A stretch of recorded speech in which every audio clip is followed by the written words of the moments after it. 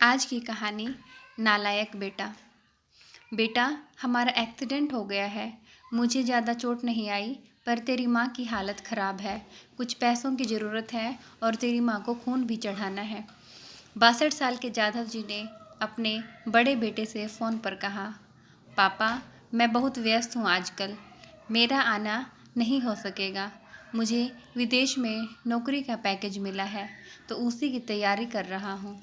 आपका भी तो यही सपना था ना, इसलिए हाथ भी तंग चल रहा है। पैसे की व्यवस्था कर लीजिए, मैं बाद में दे दूँगा। उनके बड़े इंजीनियर बेटे ने जवाब दिया। उन्होंने अपने दूसरे डॉक्टर बेटा को फ़ोन किया, पर उसने भी आने से मना कर दिया। उसे अपने ससुराल में शादी में जाना था। हाँ, इतना ज़रूर कहा कि पैसों की चिंता मत कीजिए, मैं भिजवा दूँगा। यह बात अलग है कि उसने कभी पैसे भिजवाए नहीं। उन्होंने बहुत मायूसी से फ़ोन रख दिया। अब उस नालायक बेटे को फ़ोन करके क्या फ़ायदा? जब ये दो लायक बेटे कुछ नहीं कर रहे हैं, तो वह नालायक क्या कर लेगा? उन्होंने सोचा और बोझिल कदमों से अस्पताल में पत्नी के पास पहुँचे और ढेर हो गए। पुरानी बातों की याद आने लगी। जाधव राय जी स्कूल में शिक्षक थे। उनके 3 बेटे और 1 बेटी थी। बड़ा इंजीनियर और मझला डॉक्टर था। दोनों की शादी बड़े घराने में हुई थी। दोनों अपनी पत्नियों के साथ अलग अलग शहरों में रहते थे। बेटी की शादी भी उन्होंने खूब धूमधाम से की थी। सबसे छोटा बेटा पढ़ाई में ध्यान नहीं लगा पाया था। 11वीं के बाद उसने पढ़ाई छोड़ दी और घर में ही रहने लगा। कहता था, मुझे नहीं करनी नौकरी, अपने माता पिता की सेवा करनी है। पर मास्टर जी उसे बहुत नाराज़ रहते थे। उन्होंने उसका नाम नालायक रख दिया था। दोनों बड़े भाई पिता के आज्ञाकारी थे, पर वह गलत बात पर भी उनसे बहस कर बैठता था। इसलिए जाधव जी उसे पसंद नहीं करते थे। जब जाधव जी रिटायर हुए तो जमा पूंजी कुछ भी नहीं थी। सारी बचत दोनों बेटों की उच्च शिक्षा और बेटी की शादी में खर्च हो गई थी। शहर में एक घर, थोड़ी ज़मीन और गांव में थोड़ी ज़मीन थी। घर का खर्च उनके पेंशन से चल रहा था। जाधव जी को जब लगा कि उनका छोटा बेटा सुधरने वाला नहीं है, तो उन्होंने बंटवारा कर दिया और उसके हिस्से की ज़मीन उसे देकर उसे गांव में ही रहने के लिए भेज दिया। हालांकि वह जाना नहीं चाहता था, पर माता पिता की जिद के आगे झुक गया और गांव में ही झोंपड़ी बनाकर रहने लगा। जाधव जी सबसे अपने दोनों होनहार और लायक बेटों की बड़ाई किया करते थे। उनका सीना गर्व से चौड़ा हो जाता था, पर उस नालायक का नाम भी कभी जुबान पर नहीं आता था।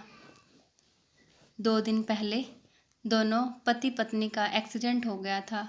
वह अपनी पत्नी के साथ सरकारी अस्पताल में भर्ती थे। डॉक्टर ने उनकी पत्नी का ऑपरेशन करने को कहा था। पापा पापा सुनकर तंद्रा टूटी तो देखा सामने वही नालायक खड़ा था।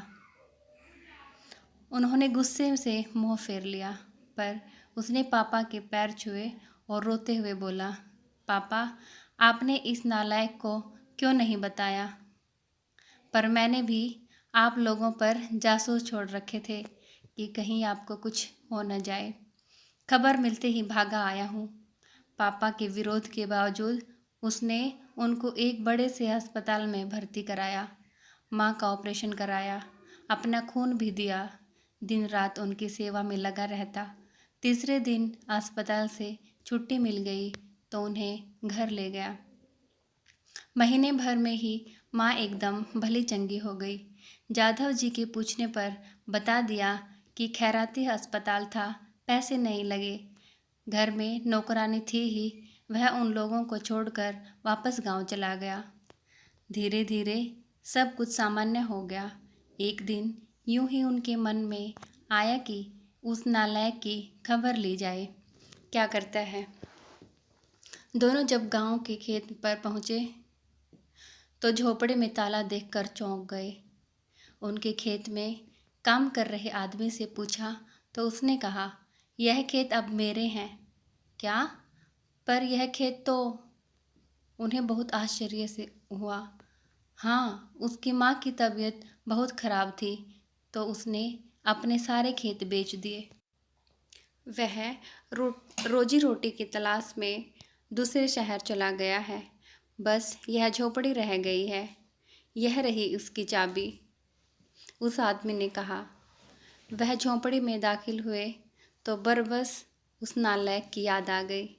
टेबल पर पड़ा लिफाफा खोलकर देखा तो उसमें रखा अस्पताल का 9 लाख रुपए का बिल उनको मुँह चिढ़ाने लगा। उन्होंने अपनी पत्नी से कहा, जानकी, तुम्हारा बेटा नालायक तो था पर झूठा भी था, ये मुझे पता नहीं था। अचानक उनकी आंखों से आंसू गिरने लगे और वह जोर से चिल्लाया, तू कहाँ चला गया नालायक? अपने पापा को छोड़कर एक बार वापस आ जा, फिर मैं तुझे कहीं नहीं जाने दूंगा। उनकी पत्नी के आंसू भी गिरे जा रहे थे और जाधव जी को बस इंतज़ार था तो अपने नालायक बेटे को अपने गले से लगाने का। सचमुच बहुत नालायक था वह। आपको कहानी कैसी लगी कमेंट करके बताना। चैनल को शेयर करना, सब्सक्राइब करना और लाइक करना। Thank you.